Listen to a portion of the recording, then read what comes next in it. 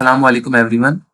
Recently videos में हमने presentation बनाना सीखा था, डॉक्यूमेंट्स बनाना सीखे थे, उनको इंपोर्ट किस तरीके से करना है, एक्सपोर्ट किस तरीके से करना है, उनको फॉर्मेट किस तरीके से करना है, उनके ऊपर एनिमेशंस किस तरीके से लगानी है, टेम्पलेट्स किस तरीके से लगानी है। तो हमने रिसेंटली 2 वीडियोस में देख लिया था।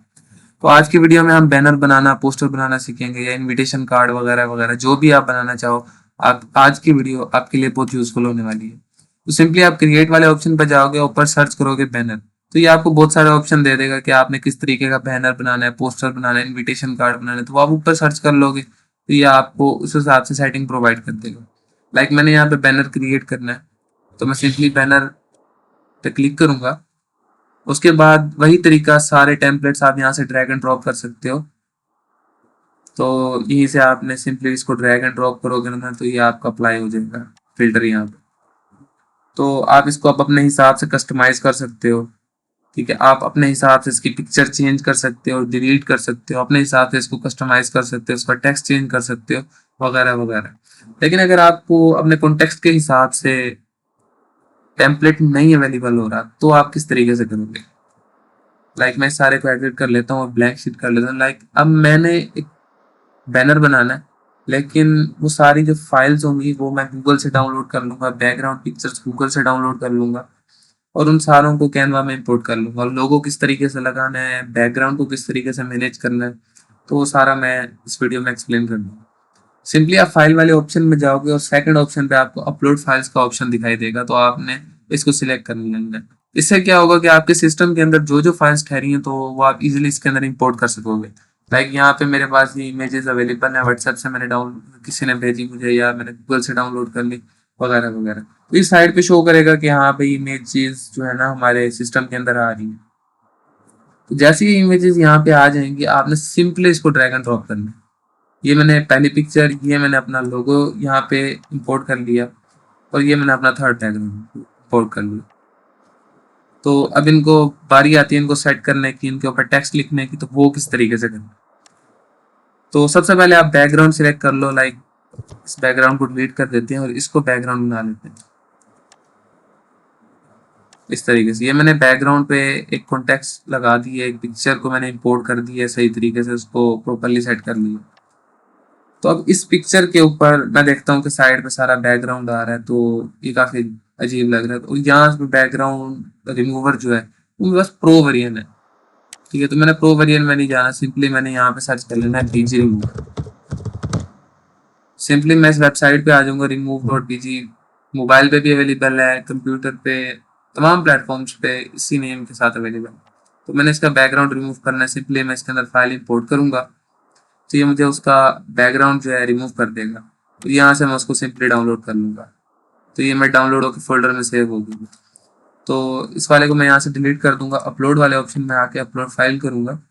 तो मेरी रिसेंट की जो सबसे थी video, like remove background tracking, तो ये वाली है, इसका बैकग्राउंड रिमूव हो चुका है। तो मैं इसको इंपोर्ट कर लूंगा यहाँ पे। तो मोस्ट जो न्यूएस्ट फाइल होगी तो वो आपकी ऊपर से शो होगी। जैसे ही होगी तो मैं इसको अप्लाई कर लेता हूँ। अब आप देख सकते हो इसका बैकग्राउंड रिमूव हो चुका है। तो इसको मैं छोटा करके अपने हिसाब से ये यहाँ पे इसको लगा लूंगा। अगर आपने इस पर टेक्स्ट राइट नहीं करना तो उसका भी सोल्यूशन है। आपने सिंपली गूगल पे आना है और यहाँ पे सर्च कर लेना जो भी टेक्स्ट आप लिखना चाहते हो। राइट, हम 14 अगस्त का बैनर बना रहे हैं, तो हम 14 अगस्त पोस्टर यहाँ पे सर्च कर लेते हैं। तो यहाँ पे हम इमेजेस में आ जाएंगे, तो यहाँ से हम लाइक ये एक टेक्स्ट लिखा हुआ है सही से, तो हम इसको सिलेक्ट कर लेते हैं। यहाँ से हम इसको सेव इमेज कर लेंगे या कॉपी भी कर लो तो कोई मसला नहीं। हम इसको सेव कर लेंगे, मोबाइल के ऊपर भी सेम इसी तरीके से सेव होगी। तो मैंने इसको सेव कर लिया। अब सिंपली मैं फाइल में जाऊंगा और यहाँ पे अपलोड फाइल पे क्लिक कर दूंगा। तो ये वाली फाइल जो है ना मैं इसके अंदर इंपोर्ट कर लूंगा। तो जैसे ये इंपोर्ट होगी तो मुझे बता देगा। तो ये इंपोर्ट हो चुकी है। अब मैं इसको यहाँ से डायरेक्टली स्वैप करूंगा तो ये मेरे पास यहाँ पे आ जाएगी। इसको छोटा कर लेते हैं।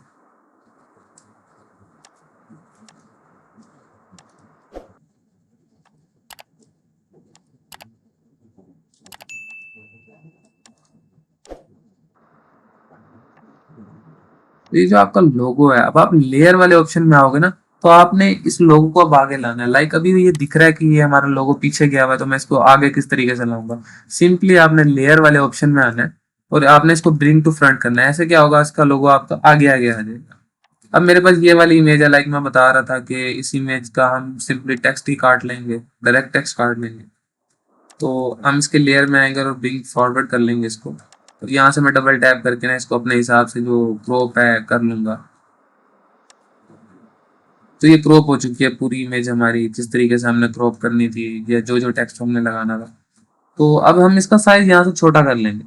इसका साइज छोटा करने के बाद हमने इसको जहाँ पे भी एडजस्ट करना है हम इसको इजीली एडजस्ट कर सकते हैं। तो मैं इसको यहाँ पे एडजस्ट कर दूँ, मैं इसको यहाँ पे एडजस्ट कर दूँ, तो हम इसको इजीली कहीं पे भी एडजस्ट कर सकते हैं। तो मैं इसको साइड पे एडजस्ट कर रहा हूँ, यहाँ पे छोटा कर दूंगा मैं इसे, ताकि एक लोगो टाइप लगेगा कि यहाँ पे कुछ लिखा हुआ है। इसको मैं एडजस्ट कर लूंगा।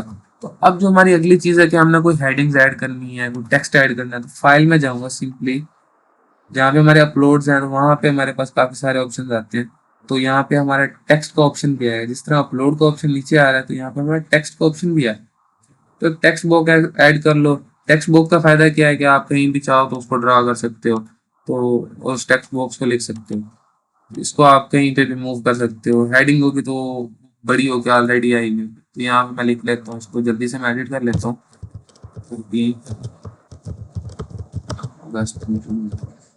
मैं इसको कंट्रोल आल कर लूंगा, तो ऊपर मेरे पास ऑप्शन है बोल्ड का, तो यहाँ से मैं फॉन्ट अपने कॉन्टेक्स्ट के हिसाब से लगा लूंगा। लाइक यहाँ पे मैं एक फॉन्ट यूज कर रहा हूँ,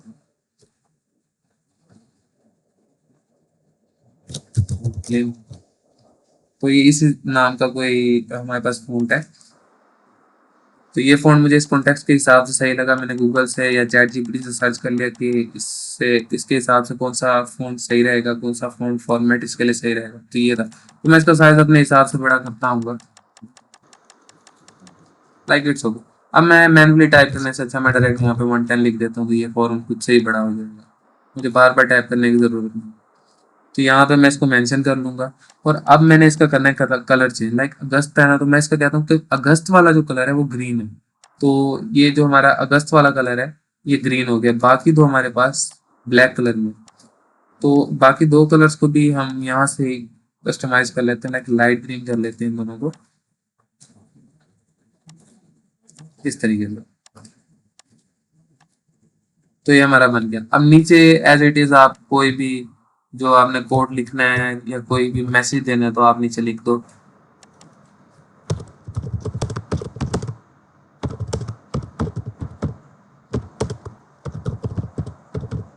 मैंने यहाँ पे एक लाइन ऐड कर ली और इसको भी मैं उसी हिसाब से कोई कलर कस्टमाइज इसको कर दूंगा, लाइक ब्लू कलर ठीक है। तो यहाँ पे मैं जो इसका जो फॉन्ट है वो छोटा कर दूंगा, तो ये पैराग्राफ है, पैराग्राफ का फॉन्ट हेडिंग से छोटा होता है। तो यहाँ पे मैंने इसको पेस्ट कर दिया और इस हिसाब से इसको लगा लिया। हमने पिक्चर इंपोर्ट करना सीखी, लोगो किस तरीके से लगाना है वो सीखा। ये एक पिक्चर थी जो हमने इंपोर्ट करके कट करके लगाई थी सारी, तो हमने इसको इंपोर्ट किया था। अब मैंने बैकग्राउंड कोई और ऐड करना है, इस बैकग्राउंड के ऊपर ये सारी चीजें लगी। मैं अपलोड पे जाऊंगा, एक इमेज जो मेरे पास अवेलेबल थी तो मैं इसको सिलेक्ट करूंगा और इसको सारी पे जितना भी बैकग्राउंड बन रहा है ना उस पर अप्लाई कर दूंगा। उसको मैं राइट क्लिक करूंगा और लेयर का ऑप्शन में आ जाएगा ना, तो यहाँ पे सेंड टू बैक का ऑप्शन आएगा। इससे क्या होगा, ये पीछे पीछे चली जाएगी, सबसे पीछे चली जाएगी तमाम इमेजेस से। तो ये देखो ये सारों के पीछे चली गई। तो अब आप अपने हिसाब से इसको दोबारा कस्टमाइज कर सकते हो। लाइक इस सारे को आप राइट साइड पे ले आओ या लेफ्ट साइड पे ले आओ। इस पिक्चर को आप हटा के इन सारे कॉन्टेक्स्ट को अपने हिसाब से सेट कर लो। इसको आप रोटेट कर सकते हो अपने हिसाब से। तो ये सारे कस्टमाइजेशन टूल्स कैनवा के अंदर अवेलेबल है। तो अब लाइक ये वाला है ना, तो इसकी हम जो ब्राइटनेस है तो यहाँ से कम कर लेते हैं, ट्रांसपेरेंसी इसके लो कर देते हैं। बस फील आना चाहिए कि बैकग्राउंड अप्लाई हुआ है, बट हमारे पास एक्चुअल हमारा बैनर है वो यहाँ तक। आप इसको स्ट्रेच करके बड़ा भी कर सकते हो, लाइक इस तरीके से। तो ये आपको जो एक्स्ट्रा बैकग्राउंड है ना वो नहीं लगाना पड़ेगा। आप इसको हर हिसाब से, हर एंगल से, हर पॉइंट से एडिट इजीली कर सकते हो। अब जो हमारे पास इस बैनर के अंदर एक और चीज़ है कि हम इसके अंदर एनिमेशन लगा लें, लेकिन हमने ये एक बैनर फॉर्मेट में बनाया है। तो जब हम इसको एक्सपोर्ट करेंगे तो ये हमारे पास जो है पीएनजी फॉर्मेट्स में आएगी या वेक्टर ग्राफिक्स में आएगी या पीडीएफ में आ रही है। SVG, PPTX वगैरह वगैरह। तो ये डिपेंड करता है कि आपने इसको किसके अंदर इंपोर्ट करना है। तो यहाँ पे एडिटिंग टूल्स और भी बहुत सारे अवेलेबल हैं, कमेंट कर सकते हो, रीड ओनली कर सकते हो, उसको आप शेयर करके कोई दूसरा इसको एडिट कर ले तो आप वो कर सकते हो। तो इस तरीके से आप अपने हिसाब से इसको कस्टमाइज भी कर सकते हो।